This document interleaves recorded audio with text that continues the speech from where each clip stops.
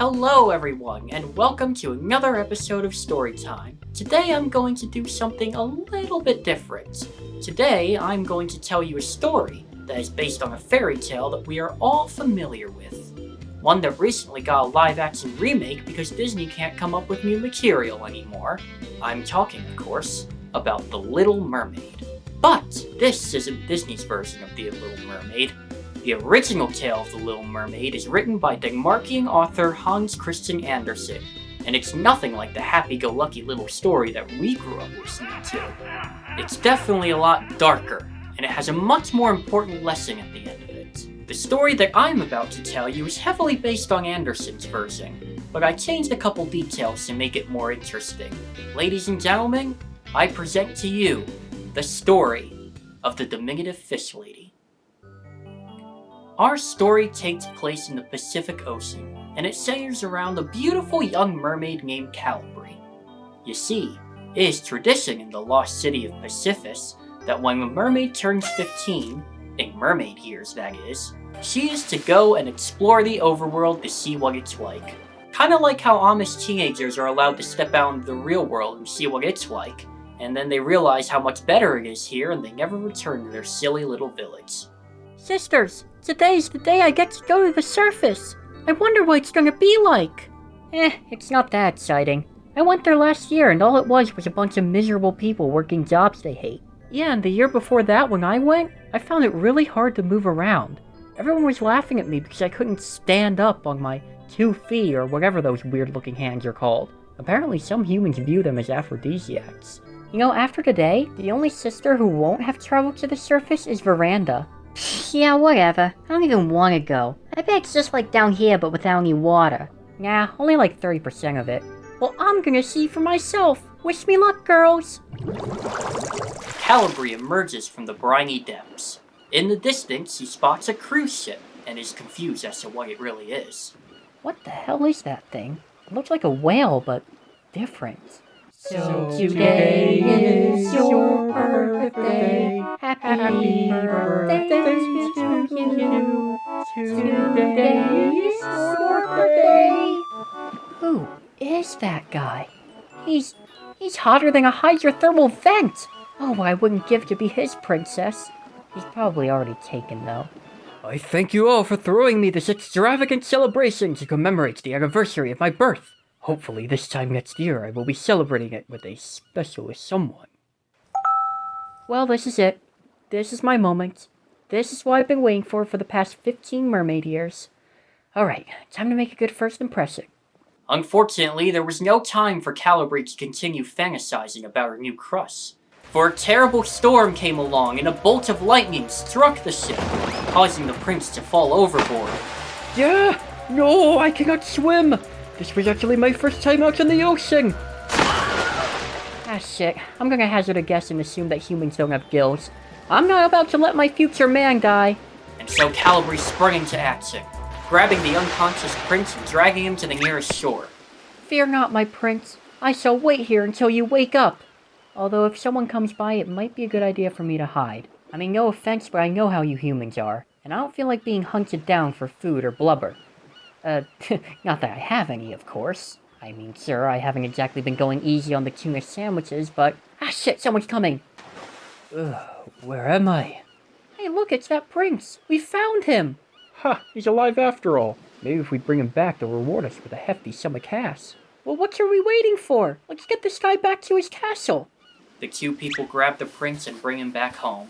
Calibri resurfaces at that moment. Hey, wait! Get back here! I'm the one who saved his life! Hello? Ah, fish sticks. Calibri returns to the ocean, saddened. She explains to her grandmother what had happened. And then they just took him away! I didn't even get a chance to confess my love to him! He doesn't even know I exist! Oh, it's okay, Calibri. Lots of humans don't know that mermaids exist. That's not what I meant, Grandma! Falling in love with a human really isn't the best idea anyway. After all, we're 2 different species with 2 different lifespans. Humans only live to be about 80, you know. What? So do mermaids? No, I mean they only live to be 80 in human years. What? Human years? by mermaid years, that's only... 5. That means from a human's perspective, we live to be like 300 years old or something. I guess you could say I'm well into my 200s then. This isn't funny! The man I love is going to die before I even reach my 30s! In mermaid years! Despite only meeting the prince that same day and spending like maybe an hour or two with his unconscious body, Calibre knew that she wanted to spend the rest of her life with this young man. And so she made her way to the Sea Witch's castle, located at the bottom of the Mariana Trench. And so you see, my pretty, this potion will alter your DNA, turning you into an air-breathing human with legs and feet and other below-the-waist appendages. But once you drink it, you will never be able to return to the bottom of the ocean. The pressure will crush you like a pancake, and since you won't have gills, you can't breathe down here either. Are you sure you want to spend the rest of your short life never being able to return to the sea floor? Aw, aren't you a cute little fishy? Yeah, I think I'm okay with that. Very well then. I shall sell you this potion, all for the low price of your voice! Wait, my voice? You're saying I wouldn't be able to talk anymore? Why? Because I don't want you telling anyone about how there are sentient anthropomorphic creatures at the bottom of the ocean. If the humans find out about that, then they're gonna start colonizing our homes and putting us in zoos and hunting us for our blubber. Not that I have any blubber. I mean, sure, I haven't been going easy on the crab cakes, but... Alright, fair enough. Like I said before, I will do anything for my prince. With that, Calibre takes the potion and returns to the very same beach where she last saw the prince. She drinks the entire potion in one gulp. Well, that wasn't so bad. What the Sea Witch didn't mention was the pain of having your DNA altered. It was so painful for Calibre that she had a spaz attack and passed out on the beach.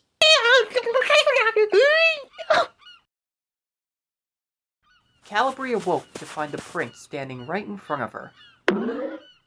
Oh, you are conscious. I saw you passed out on the beach and I got most concerned. I feared for the worst, but it seems that you are okay for the moment. Tell me, what is your name? She cannot speak, remember?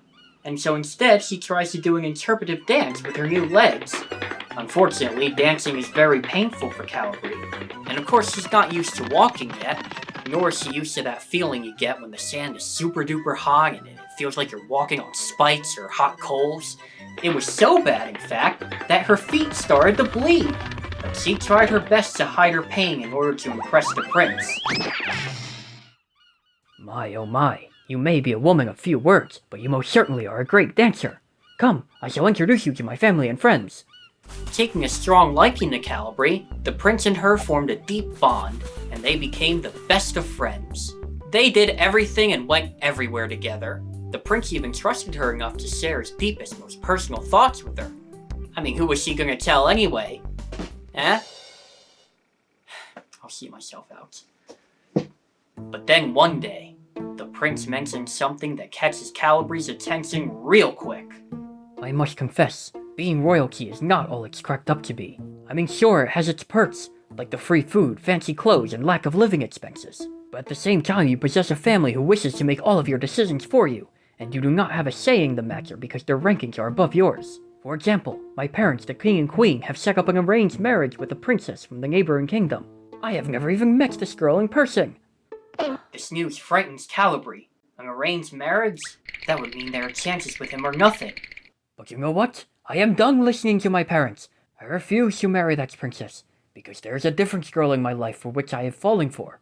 She is the sweetest, most beautiful waifu I've ever met in my life, which I owe to her. From the moment I first laid my eyes on her, I knew that we were destined to be together. Could this be it? Could this be the news that Calibre has been waiting days for? Not her whole life, but days? Is the prince really about to confess his love for her? And here she comes now! Hey there, Princey. Oh, is this the new best friend that you were telling me about?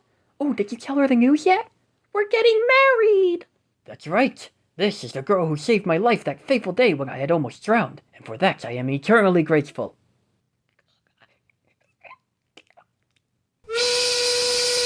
And so by the power invested in me, by the government and nothing else, I hereby pronounce you Prince and Princess.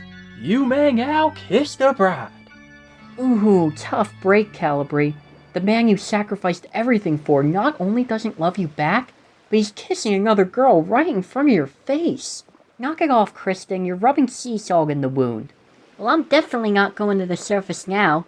I'm perfectly content down here in the bottom of the ocean. You always think that you're gonna get eaten by a shark that gets eaten by a whale that gets dragged away by a giant octopus before your grandchildren.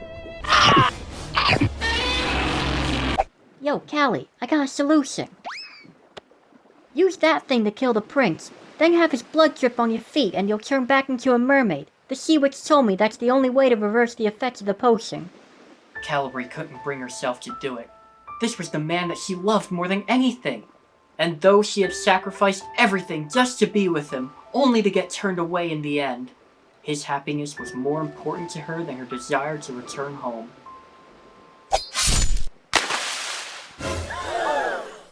No, you idiot! You were supposed to kill the prince, not yourself!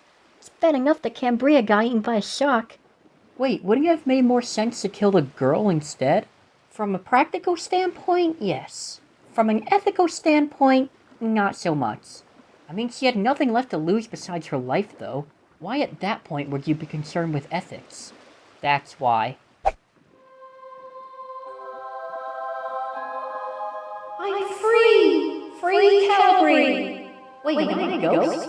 I thought that when mermaids died, they just turned into sea foam.